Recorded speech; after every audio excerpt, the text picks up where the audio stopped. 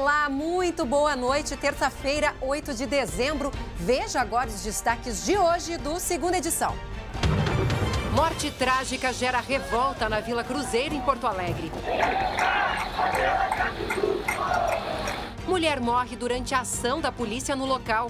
Moradores colocaram fogo em pneus e até num carro. Já já, os detalhes.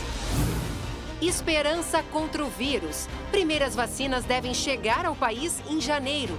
E o governador do estado cobra um calendário de imunização. E hoje é dia de Jogão da Libertadores, com transmissão exclusiva aqui do SBT. Em seguida, tudo sobre Libertad e Palmeiras. Sejam bem-vindos, o SBT Rio Grande, Segunda Edição, está no ar.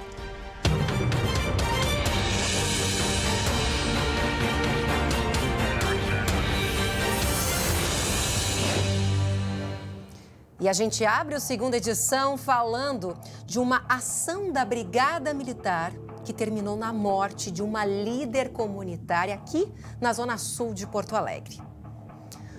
O nome dela é Jane Silva Nunes, de 60 anos. Ela morreu na frente de casa depois de uma abordagem policial. O caso gerou revolta, muitos protestos durante toda a tarde de hoje. De olho na reportagem do Guilherme Roquete. Barricadas em chamas na Avenida Tronco. Até um carro foi queimado. Todo mundo que mora na vila é vagabundo para eles. E aí, o que a gente faz daí? Isso tem que acabar. Os moradores protestam pela morte de Jane Silva Nunes. A auxiliar de serviços gerais da Prefeitura de Porto Alegre morreu após uma abordagem da Brigada Militar na casa dela, depois de bater a cabeça em uma viga de concreto. Era por volta de 15 para as 11 da manhã, quando a Brigada Militar chegou aqui na casa da dona Jane. Ela não estava por aqui quando os policiais chegaram. A denúncia, segundo a polícia, era de que havia maus tratos contra menores, algo que a família repudia. Quando ela chegou em casa, se deparou com os policiais já dentro da residência. Foi aí que os filhos e os netos contam que ela foi empurrada e bateu com a cabeça em um degrau. A neta estava na casa quando os policiais chegaram. Eles falaram para mim, não sei o que, tem uma denúncia de maltrato de criança e entraram e ficaram me perguntando algumas coisas e eu fui respondendo tudo direitinho, né? Aí quando a minha avó chegou aqui, eles não deixaram ela entrar. Não deixaram ela entrar e a pessoa me perto da barriga dela foi assim que ela desmaiou, bateu a cabeça e eles, em vez de levantar, ajudar a pesar, eles pegaram e passaram por cima, ela passou em... Vizinhos tentaram ajudar, mas afirmam que foram impedidos pelos policiais. Aí tinha um policial que eu falei pra ele, querem ajuda, eu sou da enfermagem. Ele disse, não, ela caiu, bateu com a cabeça, estamos levando ela já pro postão. Esta imagem mostra o momento em que Jane conversava com os policiais. Ela morreu minutos depois. Jane chegou a ser encaminhada para atendimento médico, mas os vizinhos garantem que ela já chegou no posto da Vila Cruzeiro sem vida. Já virou rotina da Brigada Militar, invadir casa sem mandato, sem nada. Simplesmente, se eles acharem que tem que entrar, eles entram e pronto. Eles botam um saco na cabeça das criaturas, eles fazem tortura, eles torturam. Os moradores não aguentam mais. Eu acho que devem estar mal preparados para atender as comunidades. Eles não servem para estar dentro das nossas vilas. A tropa de choque da Brigada Militar foi acionada para conter a manifestação. Sob protesto dos moradores, os policiais avançaram. Os bombeiros apagaram o fogo que havia sido posto no asfalto e o confronto iniciou. Balas de borracha e bombas de efeito moral foram lançadas. Jane tinha 60 anos e era uma das moradoras mais antigas da comunidade. Ela deixa filhos e netos que vão precisar continuar vivendo na mesma casa onde viram a mãe morrer. Que tristeza, né? A Brigada Militar informou à nossa produção que abriu um inquérito para apurar os fatos e a conduta dos policiais. A informação preliminar, repassada pelo comandante do batalhão de choque, o tenente-coronel Feoli, é que a moradora teve um mal súbito e foi socorrida pelos próprios policiais militares. A investigação da morte da Jane está a cargo da 6ª Delegacia de Homicídios aqui de Porto Alegre. Agora, vale ressaltar que a gente tem uma imagem ali, que inclusive o Guilherme mostrou ali na reportagem, que mostra a Jane conversando com os policiais. Ou seja, ela aparentava ali estar com saúde no momento em que ela conversava com os policiais. Um pouco mais cedo, né, alguns representantes da Brigada Militar falaram, inclusive, com outras emissoras, dizendo que teria ocorrido depois dessa conversa, né, que depois ela teria tido esse mal súbito e caído. Agora, claro que a gente espera uma investigação totalmente imparcial, muito minuciosa e cuidadosa, porque realmente é um caso que merece atenção das autoridades. E com certeza a perícia, o laudo pericial, né, ela passou por uma necropsia, vai indicar a causa da morte. Ou seja, se realmente foi uma parada cardíaca, vai indicar. Agora, se foi a queda, a batida da cabeça, também vai estar lá. E a gente aguarda todos esses resultados para trazer aqui para vocês o resultado dessa investigação. Vamos mudar de assunto, falar de saúde, porque hoje é um dia histórico. O Reino Unido, lá depois do oceano, começou a vacinar, viu, a população contra a Covid-19. Quando será que nós aqui teremos as doses aprovadas e disponíveis, né? O governador Eduardo Leite tranquilizou a população nessa terça-feira após uma reunião de governadores com o ministro da Saúde sobre a vacinação. E a Aline Schneider tem as informações ao vivo. Boa noite, Aline. Um dia assim para dar uma acalmada na alma, né? A vacina tá pertinho. A gente está louca para dar essa boa notícia, né, Lu? Boa noite a todos. Eduardo Leite disse que o ministro Eduardo Pazuello deixou claro que o Brasil vai comprar todas as vacinas que forem certificadas pela Anvisa, isso de acordo com a demanda. Leite lembrou que o governo federal já tem um contrato firmado de compra ou transferência de tecnologia e insumos com a vacina de Oxford, do laboratório AstraZeneca. Vamos ouvir o que disse o governador Eduardo Leite. A previsão é de se ter 15 milhões de doses disponibilizadas em janeiro para o Brasil, outros 15 milhões em fevereiro, e depois vai crescendo ao longo dos outros meses. Tanto a AstraZeneca Oxford, a vacina da AstraZeneca Oxford, quanto a vacina do Butantan Sinovac, né, que é a Coronavac, estão com a entrada de documentação para registro na Anvisa, tramitando agora a partir de dezembro. A partir do momento dos documentos todos com a Anvisa, ela tem 60 dias para fazer o registro.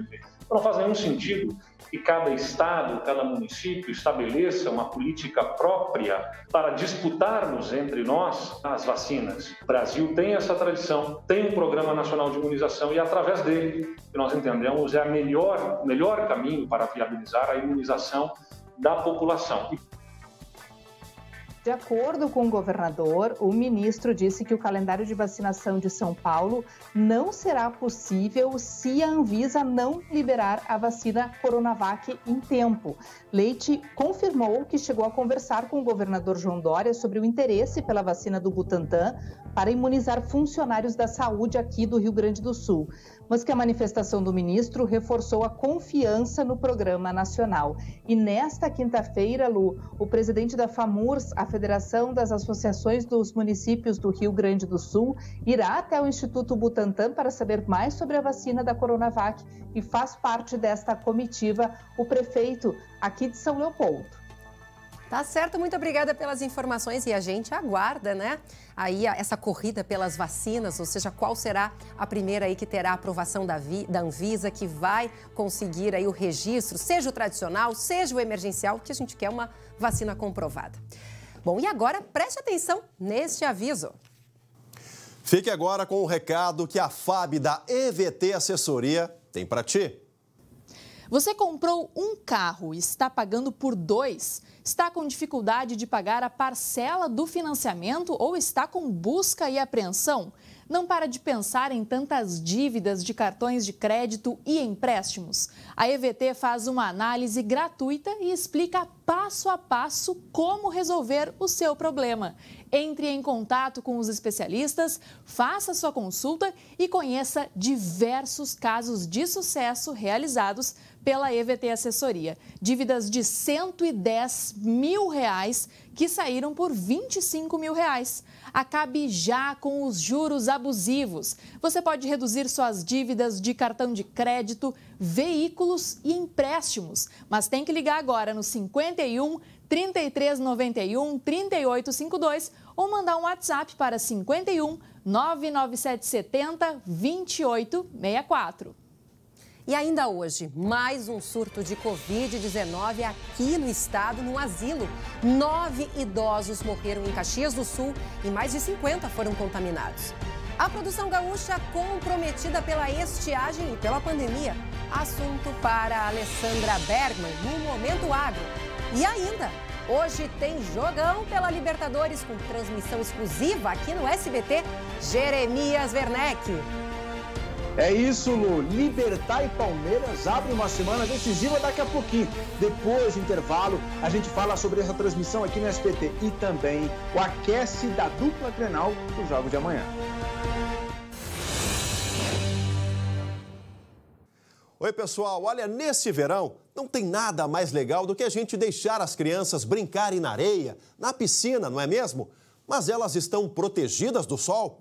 Para que as crianças possam continuar brincando de forma segura, invista no protetor solar com fator de proteção 60 Revitarte Solar Kids, da Farmácias Associadas. Com fórmula hipoalergênica, ele é dermatologicamente testado e não é oleoso, é resistente à água. Sem corante nem fragrância, o protetor diminui o risco de alergias, além de proteger as crianças contra os efeitos nocivos das radiações UVA e UVB. O protetor solar com fator de proteção 60 Revitarte Solar Kids ainda hidrata a pele. É um produto completo. Então garanta o seu na Farmácias Associadas mais próxima por apenas R$ 37,90 no cartão de vantagens. E a gente volta a falar sobre a pandemia, porque em Caxias do Sul, a Secretaria da Saúde confirmou um surto de Covid-19 num lar de idosos. 9 moradores morreram e outros 3 estão internados. O surto foi detectado no Lar da Velhice São Francisco de Assis no dia 17 de novembro. Ao todo, 50 idosos e 20 funcionários testaram positivo. Só que esses números ainda podem subir porque as testagens encerram amanhã. Os colaboradores infectados estão afastados do lar e, de acordo com a Secretaria da Saúde, esse é o surto mais grave desde o início da pandemia em Caxias. A Vigilância Sanitária trabalha para identificar a origem dessa contaminação. Lembrando que ontem a gente noticiou ainda um surto que aconteceu num lar de idosos de Barra do Ribeiro e São Lourenço do Sul. Eu ia falar o nome de outra cidade, São Lourenço do Sul e Barra do Ribeiro. 2 surtos agora, recentes, então muito cuidado. E hoje a Alessandra Bergman nos fala sobre a safra de várias culturas aqui no Rio Grande do Sul. Em ano de pandemia e estiagem, como está a vida do produtor gaúcho? Momento Agro.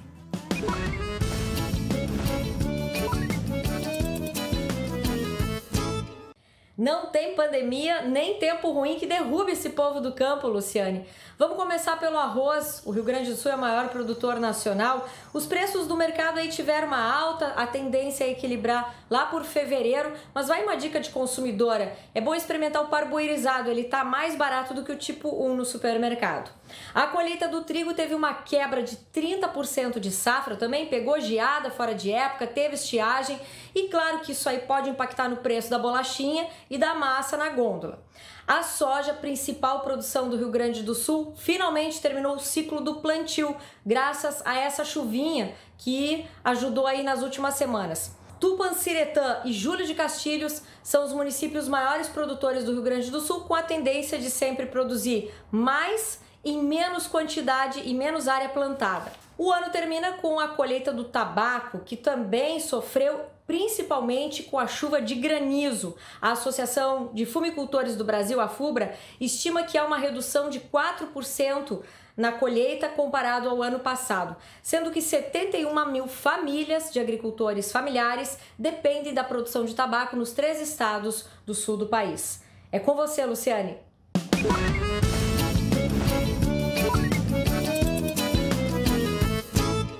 Agora é hora do esporte, porque a semana de decisão na Conmebol Libertadores começa hoje. O Inter já está na Argentina para encarar o Boca Juniors e o Grêmio prepara os detalhes finais para receber o Santos. Mas antes de chamar o Jeremias Werneck para falar da dupla Grenal, vamos para o Paraguai para saber tudo sobre o jogão de logo mais. 9h15 da noite, Libertad e Palmeiras com transmissão exclusiva aqui na tela do SBT.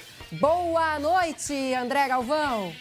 Oi, Lu. Estamos aqui no Estádio Defensores del Chaco, em Assunção, onde o Palmeiras começa a sua saga nas quartas de final da Copa Conmebol Libertadores, diante do Libertad. Partida de ida hoje com transmissão ao vivo e exclusivo do SBT. O Palmeiras chegou ontem aqui ao Paraguai e trouxe reforços importantes na bagagem, como Gabriel Menino, Gustavo Gomes, Danilo, Gustavo Scarpa e Rony, atletas que não estiveram no empate diante do Santos pelo Campeonato Brasileiro. Vai encarar um Libertad que se classificou bem na fase oitavas de final, com 2 vitórias diante do Jorge Wilstermann da Bolívia, e tenta trazer um título para o Paraguai que não vem desde 2002. Foi a última vez que uma equipe paraguaia ganhou a Libertadores com o Olímpia diante do São Caetano. Libertad está nas quartas de final pela primeira vez desde 2012.